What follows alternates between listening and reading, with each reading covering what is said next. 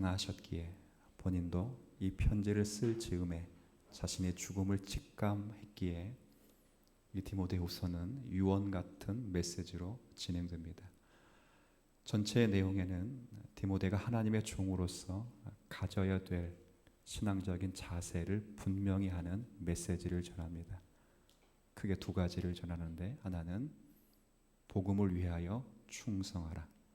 복음을 전하는 것과 복음을 가르치는 것, 그리고 복음대로 말하고 생각하는 그 일에 너의 목숨을 걸라. 그리고 이것 때문에 고난이 생기고 이것 때문에 어려움이 생기면 인내하라. 충성과 인내를 언급해 두고 있습니다.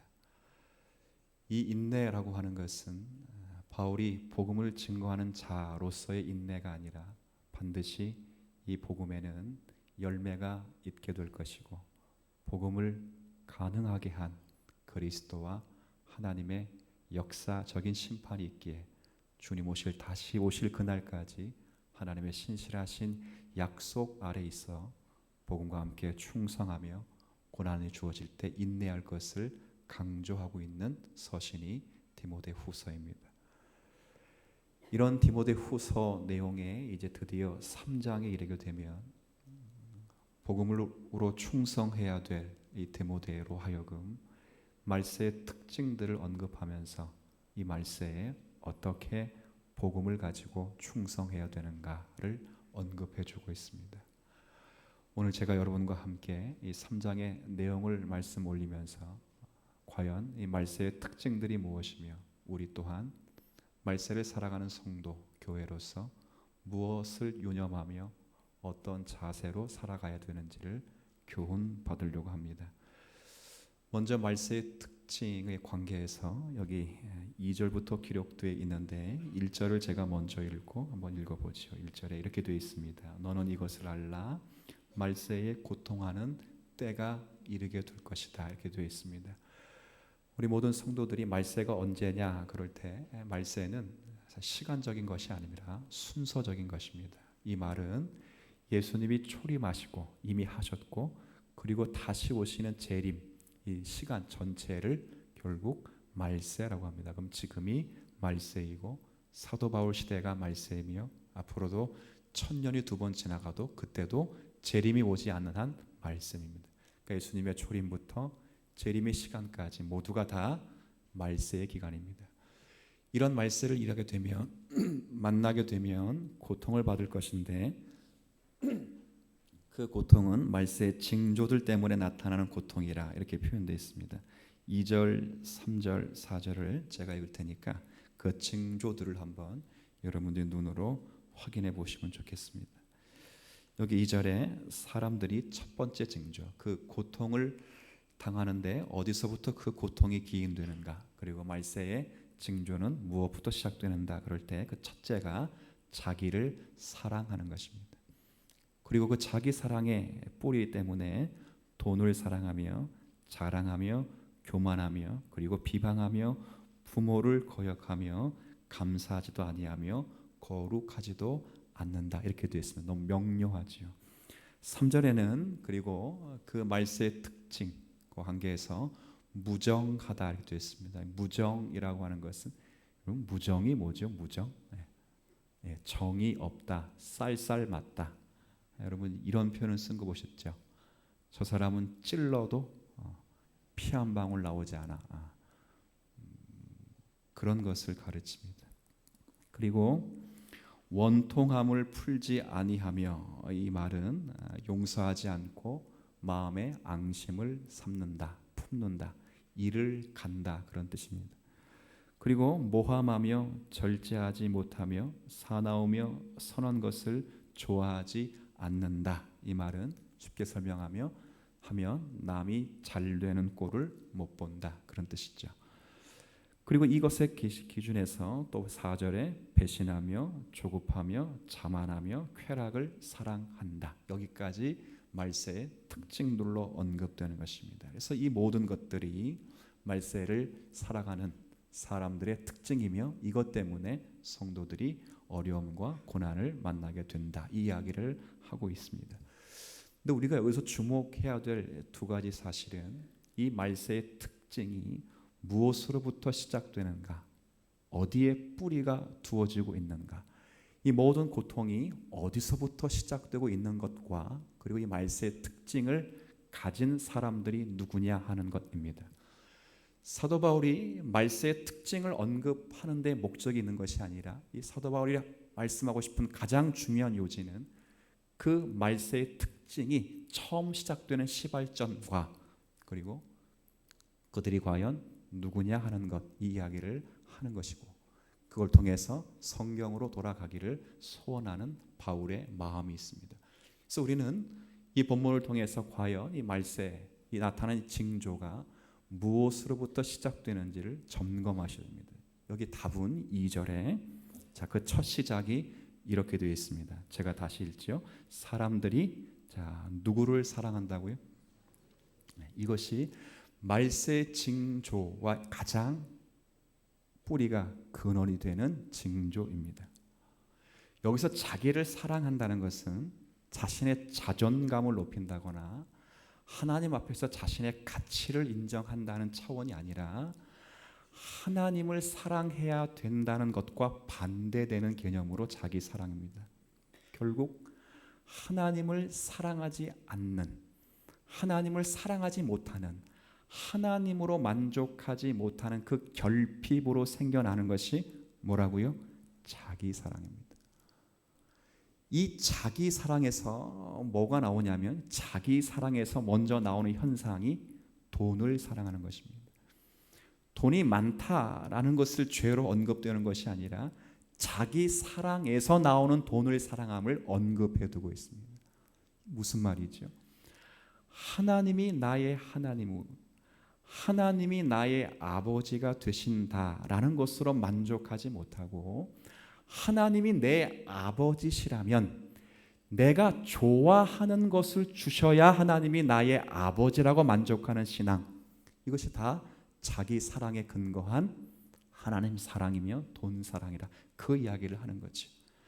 하나님이 나의 아버지가 되시고 나의 구원자가 되시며 나의 전부가 되신다는 것으로는 항복될 수 없고, 하나님이 정말 내 아버지시라면 내게 돈을 주어야, 내게 지위를 주어야, 내게 명예를 주어야, 내게 건강을 주어야 진짜 하나님이시다 라는 생각들을 하는 것, 이것이 다 여기에 기록된 자기 사랑에 뿌리를 둔 돈사랑이며 하나님 사랑으로 언급되어 있는 부분입니다.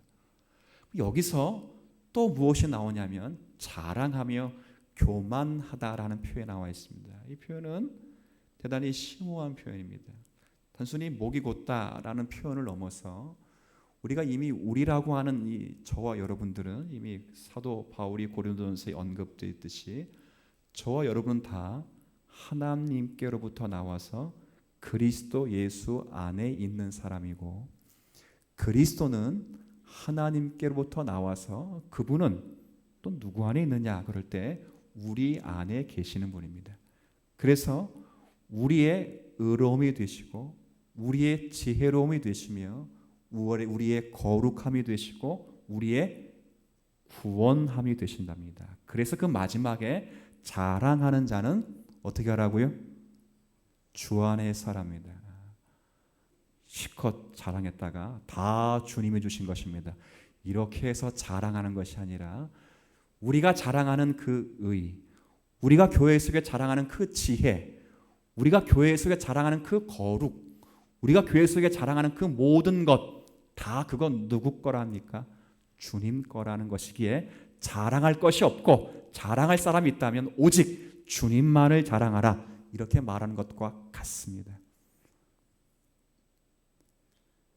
근데 이것이 자기를 사랑하는 그 뿌리에 둔다면 결국 신앙생활이라는 것은 자기를 지향하는 것으로 밖에는 살아갈 명분이 없다, 이 이야기를 사도 바울이 하고 있습니다. 근데 문제는 이 자기 사랑에서 기인된 이 말세의 특징을 안고 사는 사람들이 누구냐 하는 것이죠. 누구냐?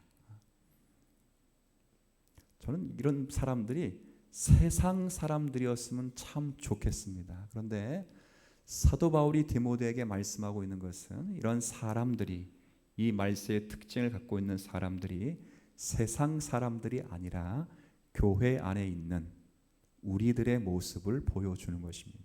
그 증거가 5절 말씀 한번 보시죠. 5절에 한번, 이 말씀은 너무도 잘 아시는 말씀이니까 한번 같이 읽어볼까요? 시작. 경건의 모약은 있으나 경건의 능력은 부인하니 이 같은 자들에게서 내가 돌아서라. 자, 이게 뭘 말합니까? 경건에 뭐는 있어요? 근데 경건에 뭐가 없습니까? 뭐가 없다고요? 능력이 없습니다. 능력이 뭐지요? 그리스도가 없고 진리가 없다는 것입니다. 교회에서 하나님의 이름을 부르고 그리스도의 이름을 부르며 진리를 말하고 찬양을 하고 예배를 하지만 그러나 실체가 빠져 있습니다. 무엇 때문에 빠져 있다고요? 자기를 사랑하는 자기 지향성 때문에 빠져 있습니다. 거기에는 다 자기 의로만 남고 자기의 화려만 남으며 자기의 공로밖에는 남을 것이 없기 때문에 그렇습니다. 사도 바울은 지금 세상 사람들을 경계하라 이렇게 말하는 것이 아니라 자기를 사랑할 수밖에 없는 이 시대의 사람들을 지향하여 그들을 거꾸로 다시 교회 안에서는 자신을 지향할 것이 아니라 하나님을 지향하며 살아야 될 것이라는 것을 강조하기 위해서 이런 언급들을 하죠. 제가 가끔 이제 이런 이야기를 드리지만 사람은 그럴 수밖에 없는 존재들입니다. 추운 겨울에 부부가 함께 이불을 덮고 자면 꼭 정신을 차리고 일어나 보면 그 이불이 한쪽으로 말아져 있습니다. 그런 현상은, 혹시 여러분 그런 현상을 같이 앉아봐서 모르겠다는 건, 그렇게 지금 저를 쳐다보시는데 같이 자보십시오. 그러면 반드시 추운 겨울에는 이불이 한쪽에 말려 있습니다. 정신을 차리고 다시 이불을 아내에게 덮고 뽀록 났네요. 아내에게 덮고 또 자고 일어나면 그 이불은 어김없이 제게 말려 있습니다. 저걸 알고 했을까요? 모르고 했습니다. 사람은 그런 존재입니다. 세상 사람들을 언급하는 것이 아니라 교회에 자기 사랑을 지향할 수밖에 없는 성도들이 교회를 이루고 있을 때 자기도 모르는 사이에 자기를 자랑하고 자기를 사랑하게 되는 그 범죄와 그로 인한 교회의 파단을 막기 위하여 디모데로 하여금 목숨을 걸라 말하고 있는 본문이 이 본문이고, 그 자리에 자기의 명예와 자신의 자존심을 세우기 위하여 확립되는 성도의 성도됨을 꺾으라고 성도들의 이 설교를 지금 하고 있는 것입니다. 단지 세상의 특징들이 이렇다, 조심하자, 이 이야기를 하자는 것이 아닙니다. 그러면 사도 바울이 이렇게 이야기 안 하죠. 그렇지 않습니다. 조금 더 민중하고 신중하고 엄호하게 이 말씀을 우리가 받아들여야 됩니다. 하나님으로는 충분하지 못하고 우리가 성경의 말씀으로만은 충분할 수 없어서 결국 다른 방식과 세상의 것과 자기의 충족을 가지고 교회로 들어오면 언제나 문제가 생긴다는 것을 이야기하고 있는 거죠. 근데 많은 경우에 이 문제가 참 많이 교회 속에서 무너지는 경우가 없지 않습니다. 하나님 말씀으로만은 되지 않으니까 세상의 기준과 방법을 가지고 교회에서 교회 됨을 세우려고 노력을 합니다. 참 많죠. 오늘날 교회 가운데도 많습니다. 이런 것과 똑같아요. 마치 대기업에서 어떤 물건을 만들려면 물건을 만들기 위해서 먼저 하는 것은 하나가 있죠. 뭘 먼저 하죠? 시장 조사라는 걸 합니다. 시장 조사는 왜 합니까? 이 물건을 쓰게 될 애용자, 사용자들이 이 물건을 만들면 쓸만한 물건이 될까 하는 시장 조사를 하는 것입니다. 그래서 모든 세상의 경영과 물리는 사람들이 쓸만한 것들을 만들어 파는 것입니다. 교회는 그렇지 않습니다. 교회는 여러분들이 좋아하는 것을 제가 여러분에게 맞추어 설교할 수 없는 곳이 지구상에 딱 하나가 있다면 거기가 어디라고요? 교회인 것입니다. 제가 우리 교회 권사님들에게 이런 말 하지 마십시오라고 해서 더 이상은 교회에서 안 하는 말 가운데 하나 있습니다. 뭘 안 하는가? 우리가 좋으면 누구도 좋다고요? 그런 말은 교회에서 할 수가 없습니다. 우리가 좋아도 하나님은 좋아하시지 않을 수가 있습니다. 우리가 좋으면 세상이 좋고 우리가 좋으면 기업이 좋을지라도 우리가 좋은 것과 하나님이 좋은 것은 같을 수가 없습니다. 오늘 사도 바울이 사실 이 설교를 지금 하고 있습니다. 오늘 본문을 받아놓고 참 마음이 무겁습니다. 과연 이 설교를 어떻게 담아내야 되는가? 제가 오늘의 설교는 전반부까지만 할 것입니다. 준비를 안 해서 전반부까지 하는 것이 아니라 후반부의 내용을 오늘의 시간 관계상 다음에 기회되는 대로 설교할 것입니다. 그러나 전반부 내용을 잘 유심히 듣고 저와 여러분이 함께 숙고해서 보다 큰 교회 그리고 보다 나은 교회를 우리가 세워가야 됩니다. 이런 움직임들이 한국교회 가운데 있어 왔는데 대표적인 케이스 제가 하나 이야기해 올게요. 제가 목회 초년병 시절에 한국교회 분당의 한 유명하고 큰 교회에서 목사님이 이런 생각을 했습니다. 어떤 생각을 했냐면 교회를 이루어 보니까 교회는 남자가 많아요, 여자가 많아요? 단면적으로 성가대 보세요. 총 4줄인데 몇 줄이 여자예요? 전 반반 섞으면 좋겠는데 그건 할 수가 없습니다. 한국 교회의 상은 불가능합니다. 그렇죠? 근데 왜 남편들이 안 나오냐 그렇게 볼 때 대부분의 남편들이 물론 신앙의 문제지만 주초 문제가 해결되지 않아서 못 나오는 경우가 많습니다. 우리 교회도 있을까 없을까요? 있습니다. 우리 교회도 담배를 끊지 못해서 못 나오는 분들이 많습니다. 그래서 늘 만나면 제가 담배를 끊고 교회에 나오겠습니다. 제가 늘 예언하지만 그런 분들은 평생 교회를 나올 수가 없습니다. 그래서 그 목사님이 생각을 했습니다. 이거 주초 문제 때문에 성도들이 남편들이 교회를 못 나오니까 예배당 입구 옆에다가 흡연실을 만들어야 되겠다. 어떻습니까? 좋은 생각 같습니까? 우리 남성들이 또 아멘 하신 분 있으면 안 되는데 또 남성들이 좀 교회를 가까이 하기 위해서 문턱을 낮추기 위해서 예배당 옆에 흡연실 하나 만들어 놓자. 그리고 가끔 구역에 모일 때 우리 언더샷 해서 사이다 대신에 소주를 한 잔씩 하자. 띵동 그러고 보니까 그럼 목사님 마음을 먹었습니다. 그래서 진행을 했죠. 여러분 어떻습니까? 그럼 생각하게 하시기를 예수님도 죄인들의 친구가 되셨어. 예수님이 이 땅에 땅에 아마 지금 오시면 분명히 예수님도 교회당 옆에다가 흡연실을 두실 거라고 만들었죠. 여러분 어떻게 생각하세요? 잘한 일입니까? 못한 일입니까? 잘한 일, 못한 일 의견이 분분합니다. 그러나 그건 교회의 명예를 지키는 일이 아닙니다. 전도라고 하는 것은 사람의 기호, 자기 사랑을 만족시켜서 예수를 믿는 법이 없습니다. 전도라고 하는 것은 하나님의 말씀을 정확무호하게 전하고 그 정확무호하게 전한 그 말씀을 성령 스스로가 은혜가 있게 하시고 십자가 은혜 앞에 적용케 하시고 그 은혜 아래 무릎을 꿇게 하시는 하나님의 역사이지 흡연실을 만든다고 해서 신자가 되는 법은 없습니다. 이게 다 자기 기호이며 자기 사랑에서 변질된 신앙의 법칙들입니다. 설득이 안 되시는 것 같아. 제가 하나만 이야기한다는데 하나 더 이야기를 좀 해야 될 것 같습니다. 여러분 열린 예배 아십니까? 열린 예배 아시죠? 네. 열린 예배가 뭡니까? 열린 예배 모르시는 게 당연하죠. 그 뭐 어렵게 열린 예배. 열린 예배는 누가 열린 예배가 뭡니까? 그럴 때 한 목사님이 기가 막힌 답을 했습니다. 열린 예배는 닫힌 예배의 반대말입니다. 제가 그분의 신학과 신앙 정신을 알기에 저는 그 말에 동의했습니다. 열린 예배를 쓰는 순간 그럼 무슨 예배가 있다는 말이죠? 여태까지는 닫힌 예배를 드렸다는 말입니다. 예배는 그렇지 않습니다. 물론 그 취지는 윌로 클리닉 처치교회라는 그 교회에서 처음에 열린 예배를 드릴 때 예배를 열어놓자 하고 드렸습니다.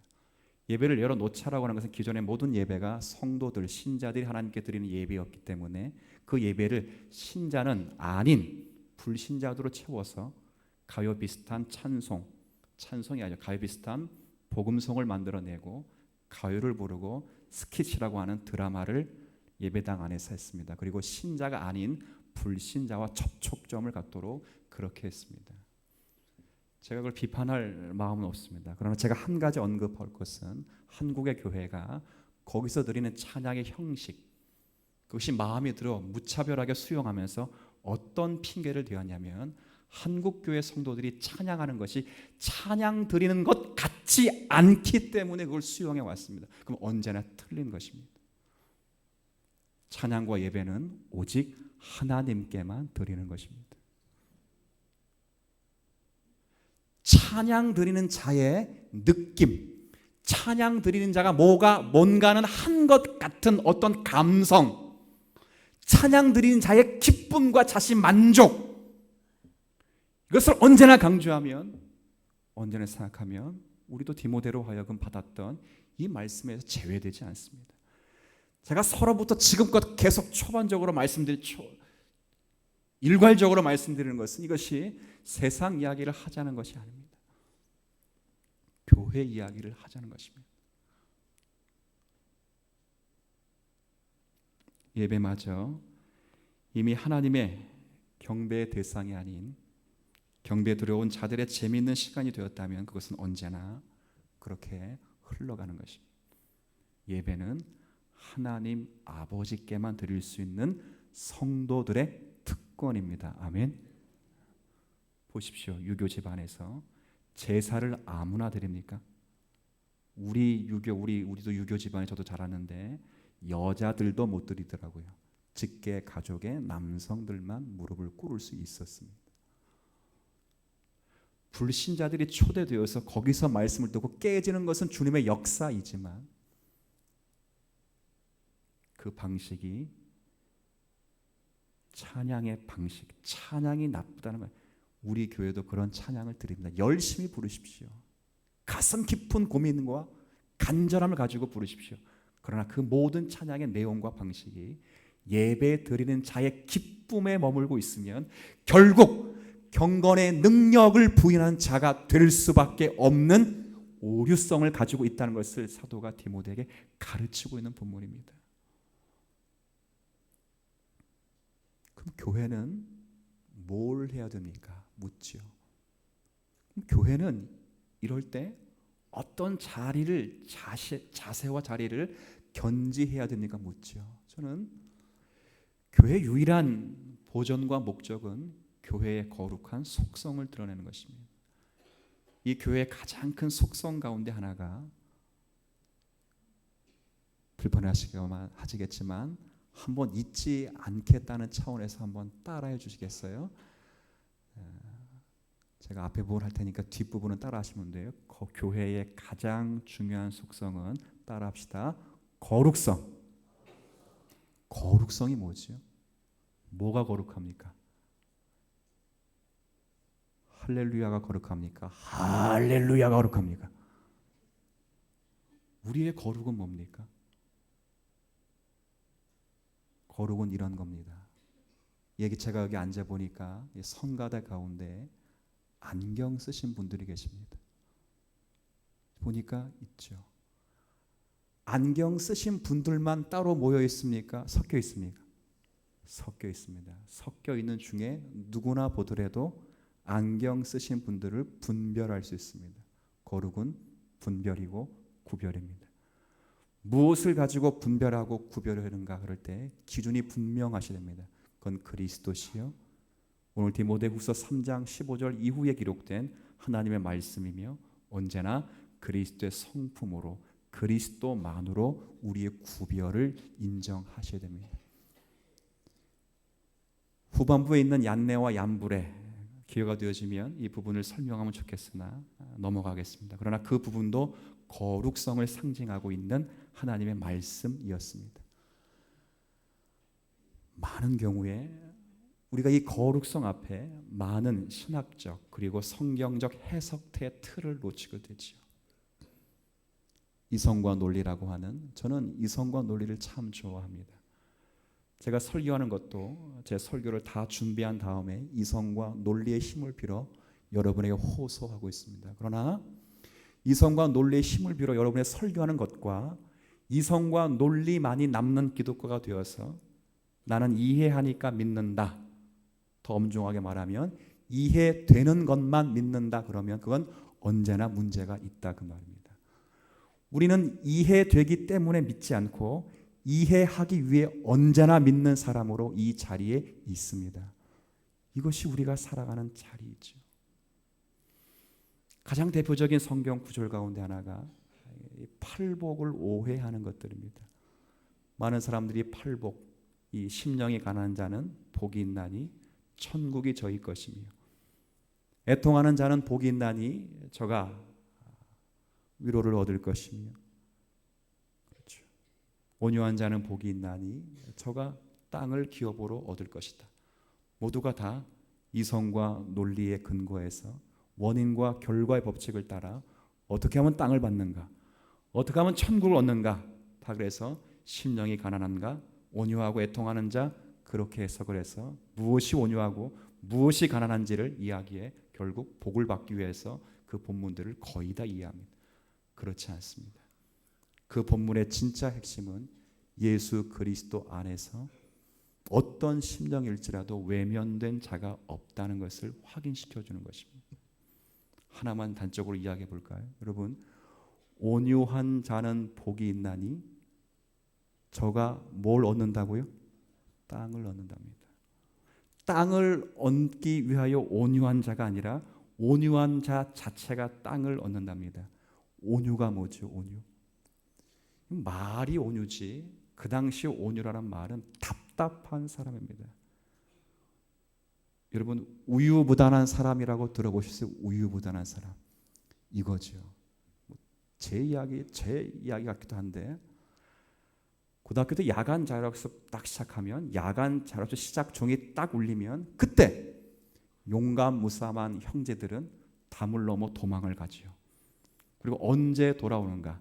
야간 자율학습 끝나는 종이 딱 울리면 딱 책상에 앉아 있어서 언제나 야간 자율학습을 잘 받은 것처럼 자신을 세우는 그런 레전드들이 있습니다. 가끔 그래서 너무 부러워서 나도 한번 해봐야 되겠다라는 마음을 먹고 딱 야간 자율학습 시간 종이 딱 울려서 담을 넘으려고 딱 갔는데, 그날은 마침 1년 365일 딱 한 번 선생님들이 담을 지키는 날. 기존에 수없이 넘어왔던 상습범들은 그 정보를 미리 앞저기 다 듣고 열심히 공부하는 척 하는데, 나만 넘다가 걸려 평생을 매일같이 상습범처럼 담을 넘은 것처럼 오해받았던 나. 그런 거예요. 친구들랑 놀러 나갔다가 그 옆에 있는 친구가 성깔이 급해서 다른 팀과 싸워서 그를 때렸는데, 그 때리지 말고 싸우지 말고 막 말리다가 경찰이 왔는데 때린 놈은 도망가고 나만 남아서 경찰서에 끌려가가지고 그 친구가 때렸다고 말하지도 못하고 내가 말하지도 못해서 밤새 구치소에 있었던 그런 사람, 그런 사람에게도 천국은 찾아온답니다. 천국의 가능성이 있다는 것이 아니라 그런 자에게조차도, 사람들에게 멸시를 당하고 무시를 당하고 아무 가치와 존중이 없는 그런 자에게도 그리스도 예수 안에서 주어지는 복은 외면되지 않는다는 것이죠. 이것이 교회가 누리는 축복입니다. 그리스도만으로 누릴 수 있고 그리스도를 통해서 누릴 수 있는 진정한 진리이지요. 여기에 근거하지 않으면 모두가 다 자기 사랑과 자기 만족으로 가고 하나님의 사랑을 대신한 다른 것으로 하나님의 사랑을 확인받으려고 합니다. 우리의 직분이 그래서 안 될 것이고, 우리가 교회 속에서 보상받아야 될 그런 내용이 되어서는 안 될 것입니다. 오늘 직분자 직원 선출이 있습니다. 직원 선출 몇 주 동안 상처받은 여러분, 오해되신 여러분, 다 저의 허물이고 저의 부족합니다. 누구에게 핑계댈 것이 없고 누구에게 전가할 수 없는 저의 완벽한 저의 부족함일 것입니다. 그러나 여러분들 저기에 대해서 제가 해명할 수도 없고 해명해서도 안 되고 해명할 것도 없는 저의 부족함일 것입니다. 누구에게 묻지 마시고 모든 것을 제게 묻되 바라기는 새로운 직분자가 될 사람은 죽도록 충성하겠다라는 마음은 머릿속에서 지워주시길 바랍니다. 여러분이 하실 유일한 일은 교회 됨을 확인하여 공부하실 마음으로 직분자가 되시기를 소망하고, 그리하여 이 말세에 자신을 지향하는 자기 만족을 채우는 교회가 아니라 그리스도만으로 만족할 교회로 세우는 그 일에 우리 모두가 힘쓰는 오늘의 시간이 되시기를 주님의 이름으로 부탁을 드립니다. 주님,